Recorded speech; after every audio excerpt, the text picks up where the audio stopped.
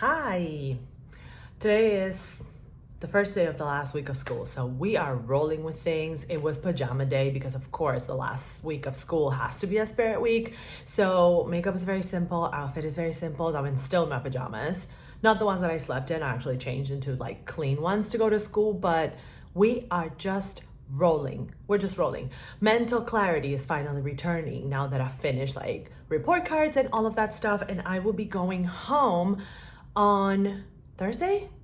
I'll be going to the US for summer break on Thursday. So I figured that I would let you know what I've been up to makeup wise in the last month, in the interest of keeping things interesting and focusing on some of the parts of my collection that I'm not gonna have access to for the next 2 months when I'm away in the US. I decided to give myself a little project, eyeshadow wise.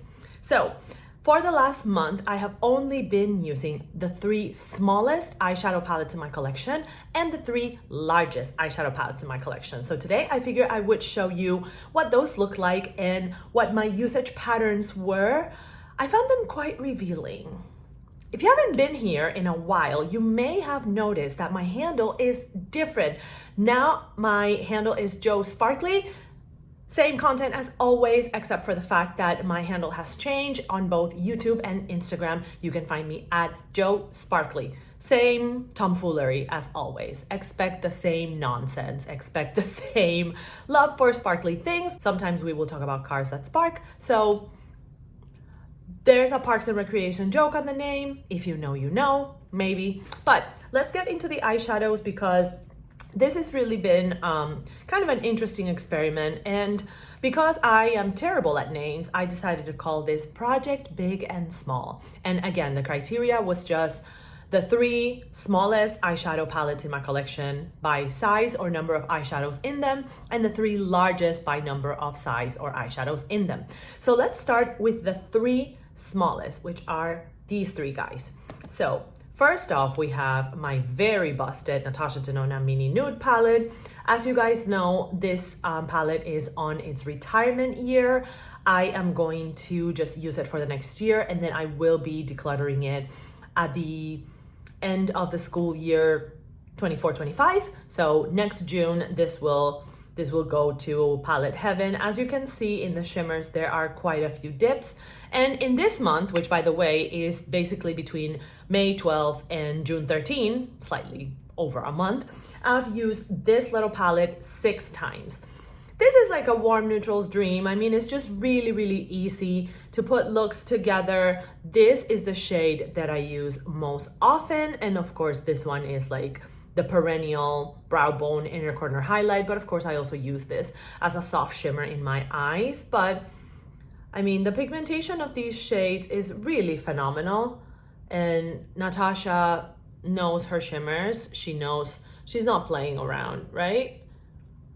This palette is well loved among Natasha Denona eyeshadow lovers and small eyeshadow palette lovers equally. And it's just one that is it's very straightforward to use. So in this month, I've used it 5 times. Next up, we have my Viseart Petit Four Violetta, and this has been the least used palette in this little project, and I've only used it twice. I think that is pretty self-explanatory why this palette doesn't get as much use when I do, in this month, like it's kind of fallen by the wayside. And it's because, it's pretty one-dimensional. You kind of get the same looks pretty much all the time, but it is very beautiful. And I think that technically, since today is June 9th, I'm gonna try to use it a couple more times in the next few days. So I have 4 days of work left, Monday, Tuesday, Wednesday, Thursday. So I'll make a point to use it at least 1 more time. But as of today, so between May 12th and June 9th, I've used it twice. It is a great formula, but when you have these little quads from Viseart, you know that it is going to be just a very one-dimensional color story. You're gonna get pretty much the same every time. And then from the smaller ones, last but not least, we have my Zoeva Mini Cocoa Blend, which is also on its retirement year. I think it's pretty clear that this palette has seen better days and that it's been well loved.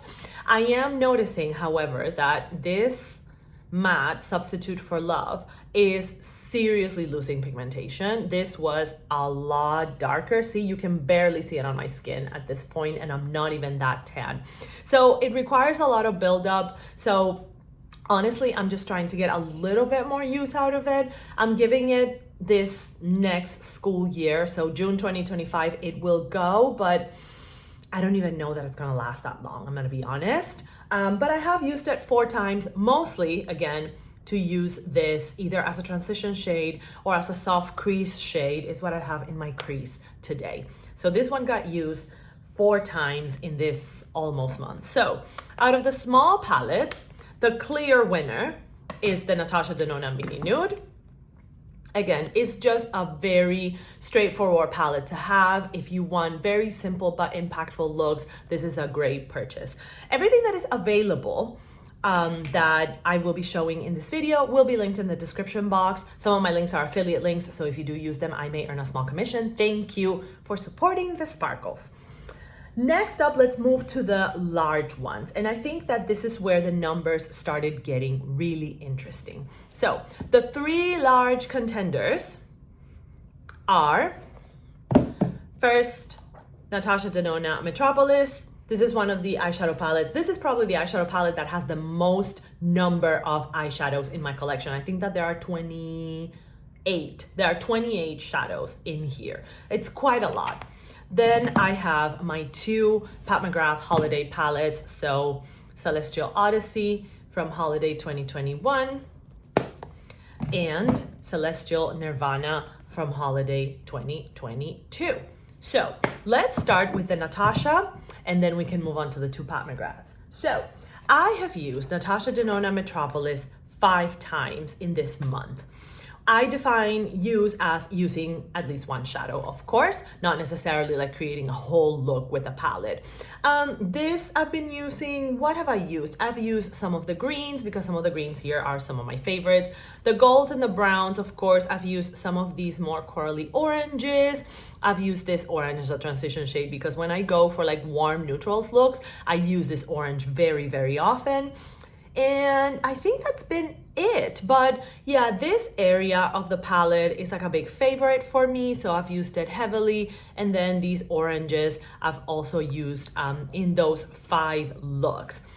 Metropolis is, in my opinion, a masterpiece by Natasha Denona. I'm kind of bummed that I don't think this is available anymore, but it is absolutely a wonderful palette to have. Even if you think that you're not a warm tone person, like I don't necessarily prefer warm shades, but I love every look I've ever created with that palette. It is fantastic. Next up, we have Pat McGrath Celestial Odyssey, Holiday 2021 palette. This I have used in the past month 5 times. And it took me kind of this project to really realize just how pink heavy it is. It really is very warm pinks, which is not a bad thing, and I love pinks, but I was like, okay, I get it. I get it now why some people find this a little bit repetitive. It absolutely can be. I've used this shade, which is very, very, very pretty. I used this shade this month. Look at that. It's like a, I don't know what to call this shade, but it's like a brassy kind of shade is that second one right here. Look at that shine. The shine is great. And I really, really like that when I want like, I don't know, like an old metals, patina kind of metal look. I don't know how else to describe it. I've also used this pink, this brown, this because this is like Pat's inner corner highlighter. So I've used it a couple times, and I've used this pink and this other one as well. And of course this brown. So when I want like simple pink and brown looks, this is a palette that I tend to reach for. I also use this orange. I used it on the same day that I used the oranges in Metropolis, now that I remember more clearly. Again, it is a very beautiful palette, but I think it's pretty clear to see that, you know, there are very familiar tones around it. So it can end up being like, okay, well, what else can I do with it? Which is, I think, where these blues, this yellow, and this green come into play, as well as I was gonna go in with a dirty finger, as well as where this duochrome, which is more like molten metal, comes into play. This is one of my favorite shadows from Pat McGrath. You can't really see the duochrominess from it.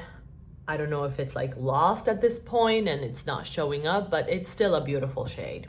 But I have used this one 5 times. And one of the reasons why I wanted to like pull it out and kind of play with it more is because like I keep seeing people posting it on Instagram as finding it in discount stores. So if you can get it for a good discount, I think it's worth it if you like those warm pinks.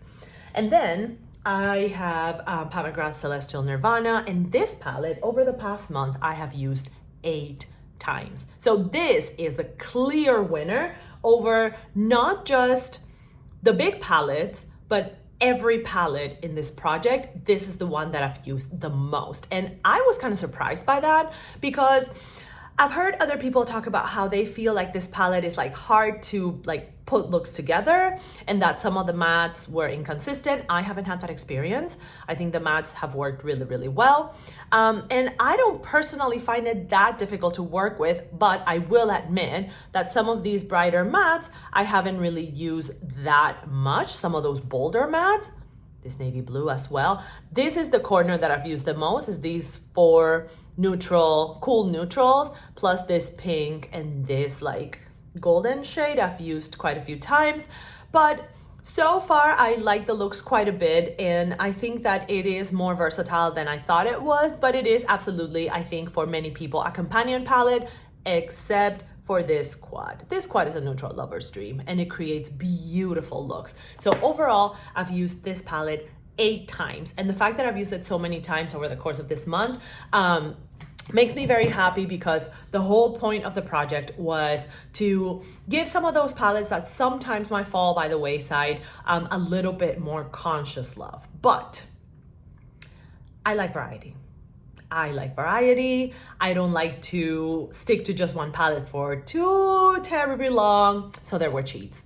I cheated a couple times. So let's talk about the cheats. Luckily, or maybe to my credit or whatever, I didn't cheat too often with the same palette except for one.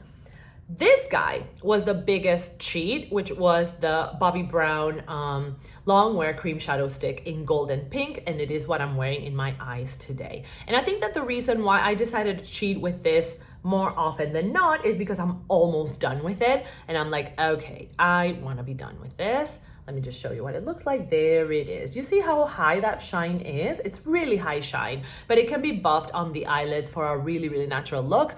It's a little, worn at this point because I've been wearing my makeup since like 6:30 in the morning, but you still get a really, really nice golden pink sheen. It's competing with other things here, but this is the one. And I have used it, is it 4 times? Sorry, I'm looking at my notes. 3 times. I've used it 3 times. And again, this is one of the cheats. And I'm using it on these days where I'm not doing a whole lot of makeup, when I want a really simple look, when I'm using like 5-6 products, not more than that. It is kind of one of my go-to shadow sticks for no makeup days. So I would love to finish it in the next couple of months. I'll take it with me to the US to try to finish it. And when I do that, I will have no shadow sticks left in my collection. Yay! It does mean that I will be probably in the future, I don't know how far into the future, I'll be trying some shadow sticks. Okay, all the next ones are cheats that I only used once. So let me just show you the cheats. See, these are palettes that, I had a very specific look in mind, or I was going out, I was going to an event or whatever, and so I decided to cheat with one of these. So first off, we have the Unearthly Cosmetics Fairy Frolic palette. The more I use this palette, the more I like it, because it is a lot more versatile than you think it is. When I used it, I used this green, and this green. I went with a green look because I was wearing a green dress. I was going to brunch. So I decided to go with these 3. And I actually use also this shade Fairy kind of as a middle of the lid shimmer, and it worked really, really beautifully. I personally enjoy the Unearthly formula quite a bit, and I appreciate the fact that this has mattes that kind of match pretty much every shimmer on the palette, so it makes it really, really intuitive. So this was one of my cheats. Also, along with that, I also used my Nomad Iceland Fire and Ice palette once. I used it around the same time that I used that one, and I used this green and I used this green for a little bit more play on the shimmers. Sorry about the mirror, that's better. Okay, that is a beautiful palette. I really enjoy it, but I really like greens, blues, and purples. I've also really enjoyed this row of oranges. So I'm really happy that I got it. This has been retired from the Nomad lineup, but I did use it during this for that very specific look that I was going for, where I required greens. And then I also used for a more pink pastel look. I was feeling that one day. So of course I used the Nomad Tokyo Harajuku palette, because you cannot go more spring pastel-y dreams than this. This is a perfect spring palette. It's just all the flowers, cupcakes, candy. It reminds me of Easter. It reminds me of the promise of spring and soft daffodils. Okay, so when on a day that I wanted like a very specific pink look, I of course pulled this off and I used this shade. I used the yellow as an inner corner highlight and it worked beautifully. And I also used this pink duochrome that I absolutely love. Let's see, what was my other cheat? Okay. The other cheat was, again, because I was feeling pink, because I really love to wear pink makeup. The other cheat was my Pat McGrath Mothership 9 Utopian Dream. And I used this shade as a blush, and it's beautiful. This shade as a blush is beautiful. If you have medium, tan, deep skin tones, try this shade as a blush. It's gorgeous, and these work perfectly as blushes. Like these mattes from Pat McGrath, they are dream blushes. I don't know if they have any commonalities with her blush formula at all. I've never like compared them or anything like that, but it made a really beautiful blush. And I mean, I might, use my Motherships more in that way. I know that Pat McGrath designed them to be used all over, like not just eyeshadows. I know that some of these shades, like, yes, you can use them as blushes or highlighters, etc. So, I've done that before, but I did it especially with this shade because I wanted a rather accentuated blush that day. So I'm very happy I did that. And of course, I used this shade. You can see that there's a dip coming in there. I used this pink. I use this mauve, and then I use this purple duochrome. And I mean, I love this palette. I think it creates beautiful looks. It's definitely a palette for people that like pinks, mauves, and purples, but that's me. That's me. That's my makeup soul. It's pinks, mauves, and purples. I love them. I love them so much. So that's it. Those have been the palettes that I've been using basically for the last month. If you think, project or otherwise, that this is something that you would like to see in the future in the channel, just give me a monthly roundup of the palettes that you've used over the course of the month and how many times have you used them. Let me know in the comments if that's something that you would like to see. I don't do like new palette rankings or monthly palette rankings, etc., because I don't purchase makeup every month, but I'd be happy to share the eyeshadow palettes that I use in a given month and how many times I use it, etc., and how did I use them in any given time, if I combine them, etc., because I think that it could be a good way to just show how I move through my collection over time. I do have a little over 40 palettes. That will change in the next couple of weeks because I'll get my little mitts on my palettes that are waiting for me in the US. Very excited for that. I have a few good ones. So if you want to see me do this more regularly, please let me know in the comments. I'd be happy to share how I use my makeup collection, especially my eyeshadow palette, since it's the largest part of it, on a more regular basis. If you enjoyed this type of video, please consider giving it a thumbs up. And if you are not subscribed to the channel yet, go ahead and subscribe. Go ahead and subscribe. Okay? We are almost to 100 subscribers. Unbelievable. Who are you putting up with my nonsense? I mean, thank you for putting up with my nonsense, because that's the whole point of the channel, is hopefully finding people that love makeup and maybe also racing. If you would like to join in for the next installment of my makeup shenanigans, please be sure to subscribe and hit the bell notification so that YouTube lets you know the next time that I upload a video. That is it for my first made up, focused project that really, I don't think I've ever done like a specific project of any kind, but this was fun. This was fun, and I'm open to doing similar things in the future and sharing like on a monthly basis or on other periodic basis the eyeshadow palettes that I've been using and loving. Thank you for joining me while I share the sparks over here, and I hope to see you in the next one. Bye bye.